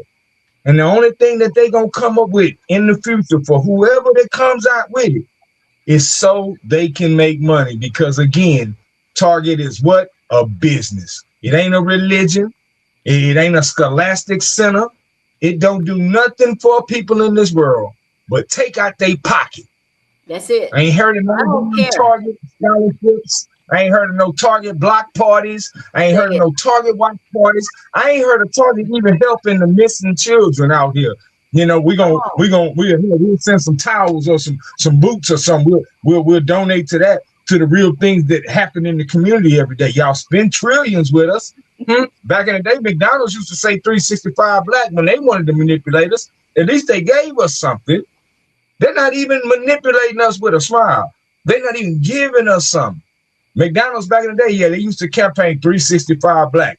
Remember the Calvin and all that? This is some of y'all that don't know. Look it up. This happened back in the day. I understand some of our viewers, might not have been there at the time, but McDonald's did this at one time. This was known in the black community. They had commercials for the getting up of church on Sunday. They go get their breakfast.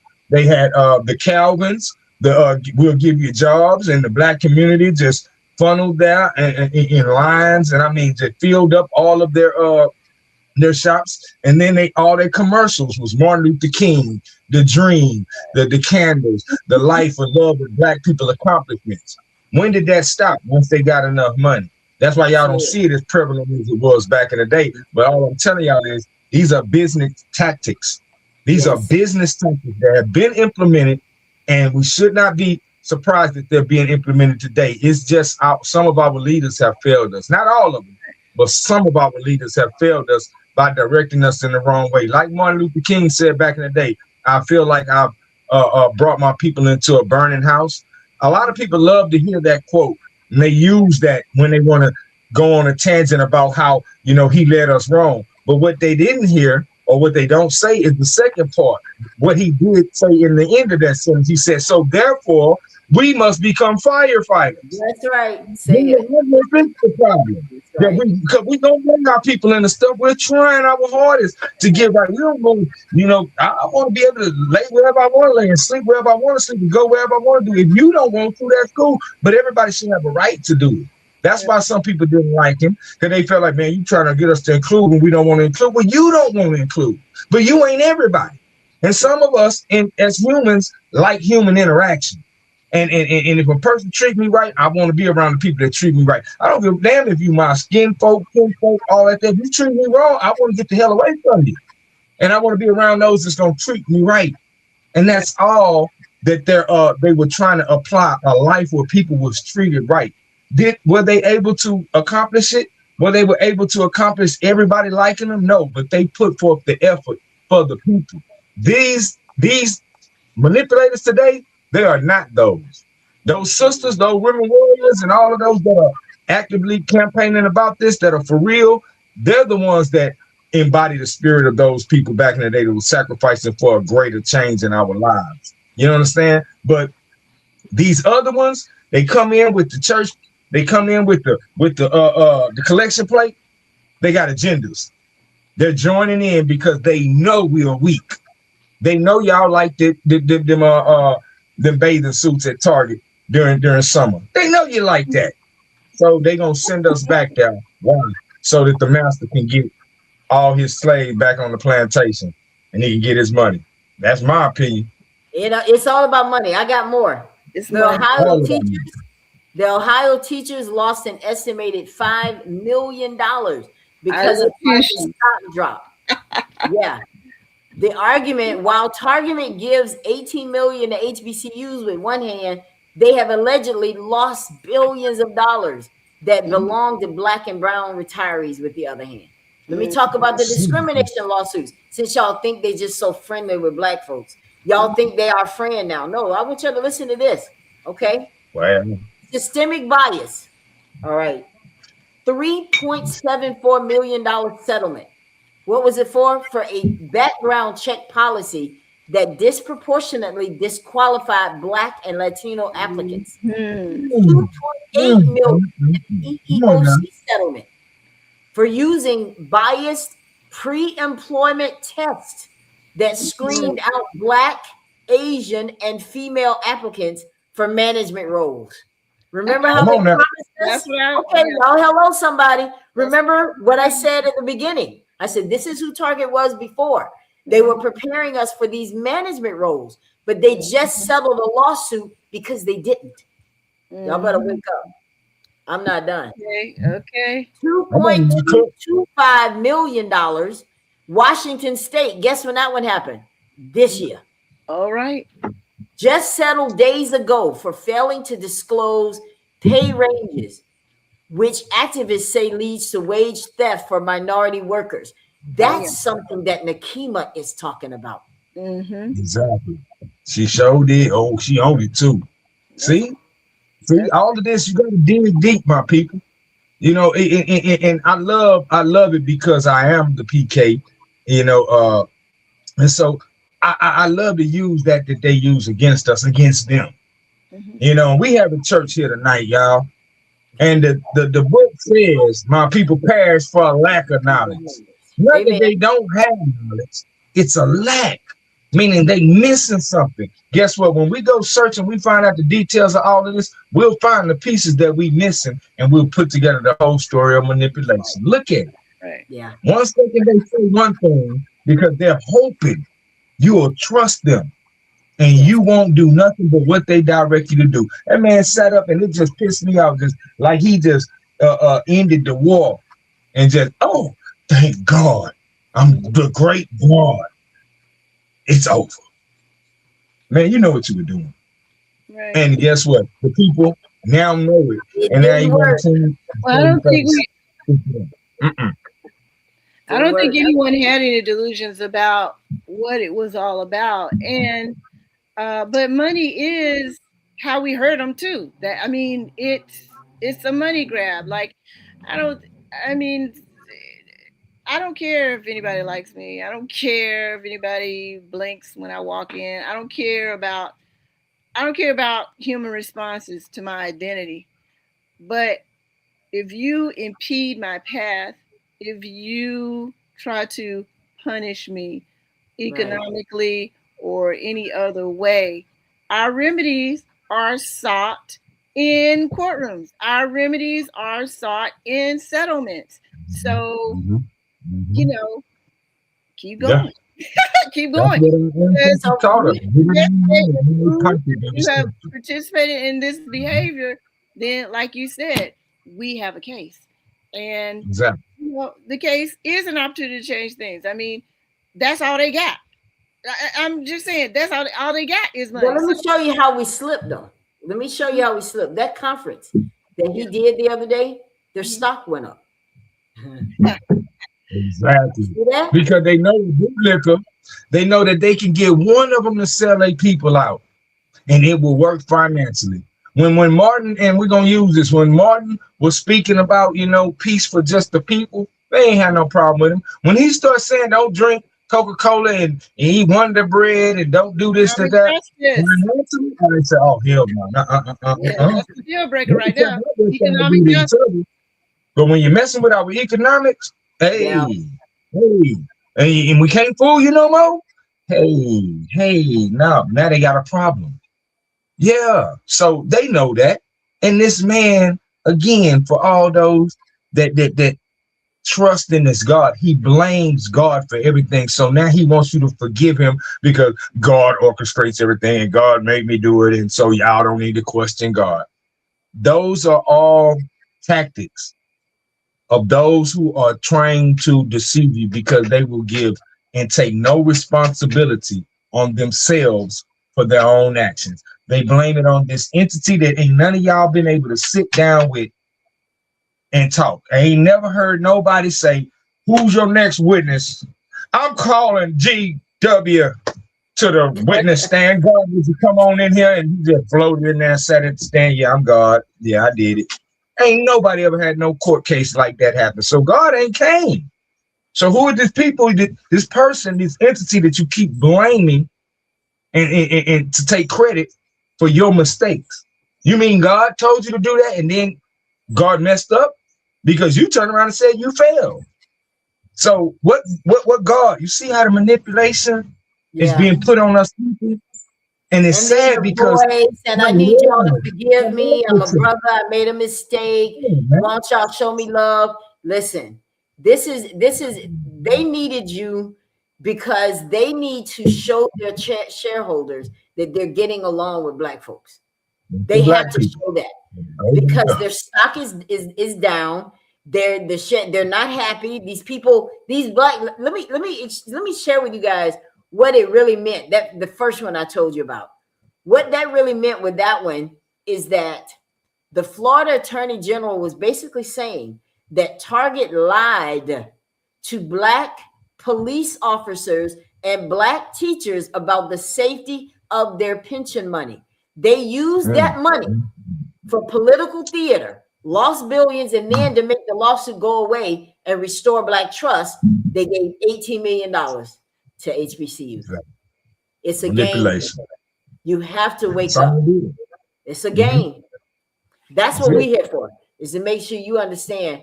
I want to share something before we get out of here, because this was a boycott. And I think everything can be a coachable, teachable moment. And I want to talk about Operation Breadbasket, because that is something that is recognized as being a successful boycott. And let me tell you how they did it and how we did it all backwards. Okay. The first thing they say you're supposed to do is get your information together, fact finding. Find out what's going on. What is it that we need? What is it that we want? What is it now? Let's do a comparison. We need something to measure up against. Like, did anybody do that? We're crying about DEI, but what are the stats? Like you said, Marsha, what are the stats? Where are we with it? Why are we asking for that? What exactly are we asking for? Why are we asking about incarceration? That Target is involved in incarcerating our young people. There's a young man right now in prison. He's 30 years old and he's been there and he's innocent, and Target has something to do with it. But y'all just think they love us. No, this is going on now. And this is what Nikema was talking about. She brought out all this stuff. That's how I know it. Information. We got to get our facts together. Negotiation. You have to give the company a chance to do right. Okay? I believe in that, because then you don't have to boycott. If you go and sit down at the table and they listen and everybody's agreeing, and you got to make it's the with them. What's in it for me? Everybody's thinking that way. So we figure it out. We talking it is over. There's no need to go to number 3. If they don't give you what you need, now you go to number 3. What's number 3? Don't buy. Don't buy campaign. Okay. Don't buy. And what they did back in the day, they didn't buy. They didn't start out with. They started out with like the most expensive stuff to prove a point how powerful this can be. So then after that, and this is what I was asking, get it in writing. Get some kind of covenant. You made an agreement. Where's the proof? I would, if I were sitting with Jamal right now, I would say, okay, let's talk about these negotiations that you had. What did they promise you? And what's the deadline on it? When is it going to happen by? Do you have in writing? Did they, what are we calling this? Did they not do that? I mean, they're questions, like nobody is questioning. And this is the part that I hope moving forward. And I want you guys to say your say too. I hope moving forward that we as leaders, those of us who call ourselves as leaders, that we understand that I'm not doing this just for me. There are billions and millions of people watching and looking up to me. And when I open my mouth, I need to make sure that I represent them and not me, because that's what's going to make the movement weaker when people don't trust you. That's my say. Marsha, what do you got? And we're going to finish with you, Texas T. What do you got? You're muted. No, I agree with everything you said, sis. It's not a popularity contest. It is a negotiation, and we have to decide, what do we want? What is important to us? And like you said, and like your guidelines said, they have to make a commitment. I mean, on paper, so that if indeed they don't do it, they're liable, and we can pursue it. So I just regret the not just the misdirection in the leadership, but like the kind of hostility, I guess. I mean, I understand. Yeah. I'm a Black woman, so yeah. I know very well what it's like to be talked down to. I know what it's like to be talked over. I know what it's like to be ignored. I do regret some of the energy that came out of it. Like we gotta demonstrate leadership and love, even if we don't feel it. We just have to do it. It makes our movement more effective. And you can discredit someone, without name calling or, whatever. Just try not to take it base. Just try not to take it too base. But just respect. It's got to be respect all the time, because if you're not giving it, you can't get it. So that's all I want. I hope for. But even if we disagree, we can still come together. And what I was saying about Dr. King, like, even though a lot of Black people didn't agree, they still didn't get on that bus. Do you understand? Like, even they didn't get on that bus. That's right. Even though there was a lot of Black people that pushed back, that said, I don't know that nigga. He don't mean shit to me. But we had enough community that they still didn't get on that bus. So it's sometimes personality will lead us astray. I don't like that motherfucker. We just gotta deal. We just gotta be real with it and just deal with difficult people within our group. It's a fact. We're different. That's all. So Texas T, before you say, I want to ask you just some basic questions. Do you think that, and just quick yes or no's, that's what these are. Do you think that Jamal was wrong to be at that conference that day? Yes or no? Yes. Do you think that it was wrong for Tamika and Nina to be up there knowing they didn't agree with what he was saying? Yes. Okay. Do you think they agreed with what he said? Do I think they agreed with what he said? Yeah. No, I don't think they agreed wholeheartedly, but I think that in the situation how it was already done. And so, that one of those situations. This is all I'm saying, my opinions, y'all. I just think from on the outside looking in that it was one of those opinions where you was put on Front Street. So you didn't want to tear it down, even though you didn't agree with it. And, some of us will feel like, oh, I'm going to deal with this later, but for saving face right now, and we ain't going to act a fool, you know what I mean? You know how we've been taught to be cordial, and disagree. Like the sister said, we have to learn how to be disagreeable with each other without, not supporting each other. Just because I don't agree with your tactics don't mean that we shouldn't support this same cause that does affect us. So I believe that they didn't agree with them, but they had their little opinions, but at that time I just feel like they didn't address it at that time. Last question. Do you think that they should now work with Nikema? That who should now work with them? All of the ladies should come together. Have some kind of meet and greet. Let's sit down. We all want the same thing. Let's talk. Let's squash this because we need to have a united front. Do you think they need to somehow? I know that she says she doesn't want them in her city. They're not welcome in the city. I heard all that. And then I heard that, Tamika is saying, well, listen, I didn't say I never said this and I didn't say that. I'm just here because we care also. So I'm not going to go through the struggle, stuff that she said. So do you think that it's time for them to come together? Yes or no? Oh yeah.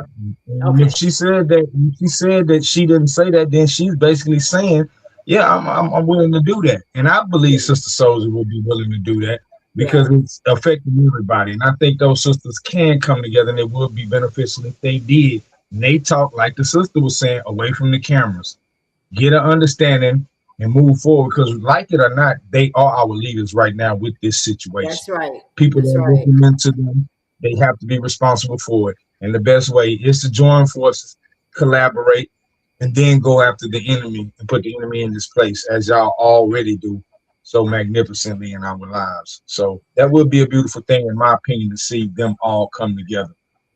Okay, and what are your final words before we get out of here? You guys have been so gracious. Thank you. And I thank everybody for being here tonight. I thank my beautiful my beautiful cohorts that helped out in this situation, the head host, and me as someone on her platform, I appreciate it. Everybody's presence is all you have, and I say this always. Your presence is the most magnificent thing in life. It is a gift, and that's why it's called a presence. You could choose to be wherever you want to be right now in life, doing whatever, but you chose to stop by here and hear us. And so I take that as appreciation. I appreciate your time. And I know that what I gave to you today was the blessing that I would want sit back to me and my family. And that is the best to be in you and your life. And I do that by teaching and telling the people the truth. Because I am, as all my people know, the Houstonian and the Houston haters hate to hear, because I scream it loud and clear, 24/7, 365, I represent the truth in this life of mine. So no matter what you go through in life, no matter where you at, do what you were born to do. Do what God intended you to do.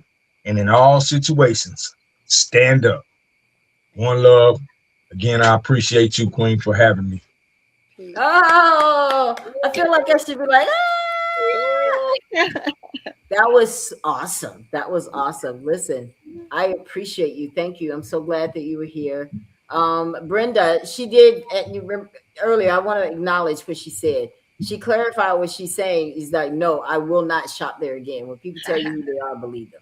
So I don't want to try to use this to tell people what to do. What I want people to do is hopefully take something of what we've said tonight and hopefully that it gave you clarity. That's all I wanted for this, and for us to stay the course, guys. We can't get sidetracked. We got to stay focused. You know, I know what Jamal did, and we're all up in arms about that, but we got new problems starting tomorrow.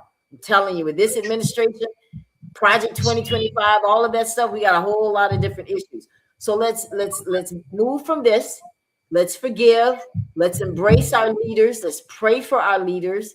But leaders, we need you guys to tap into what God has called you to do and make sure that you're leading people the right way. Because the worst thing we can do is for people to stop trusting. Because I want to thank everybody, if you don't mind before you go, I want to thank everybody that has participated, everybody that is actively participating with the greatest intentions in your heart. Do not be discouraged and do not stop. We salute you and we thank you. You are our future generations. You are the greatness of us as a people. And in the words of the sisters, the boycott continues. One love. Boycott continues. I know it. I'm definitely not shopping at Target. Real talk. So I confess. All right, guys. Well, we're gonna get out of here. I'll be back on Thursday night. I am interviewing one of my hometown heroes, Eric Scott, who became Coach of the Year over in Mobile, Alabama. Yeah, he went up against his twin brother in the state championship. And so Eric was victorious in that, and he's going to be here with me Thursday night. We're going to interview him and see what that rivalry was like, because I can imagine how that was going up against your twin brother in the national and the state game. So that's all coming up this Thursday night, guys. Have a wonderful week. Thank you all so much for tuning in, and please do me a favor. And I need every single person that's watching to just hit the like button. Just do it right now. It takes 2 seconds. Hit the like button. And once you hit the like button, I want you to hit the share button so that we can be in everyone's households, right? But I want you to go over to YouTube and subscribe to the Ella Johnson Show. I'll see you Thursday night. Have a great evening, everybody. Thanks for watching. Thank you so much for tuning in to the Ella Johnson Show. We'll see you next time. We are supporters of the Ella Johnson Show. We live in South Korea. We have been watching Ella Johnson Show for like a year now. And we love her show. Her show is very inspirational, motivational, and educational.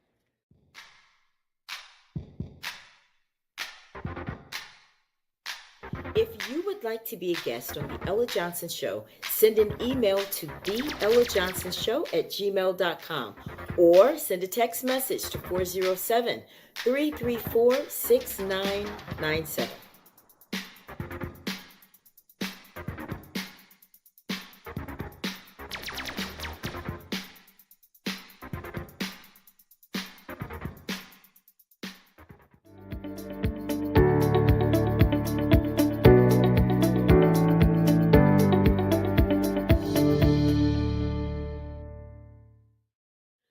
We love Ella Johnson Show.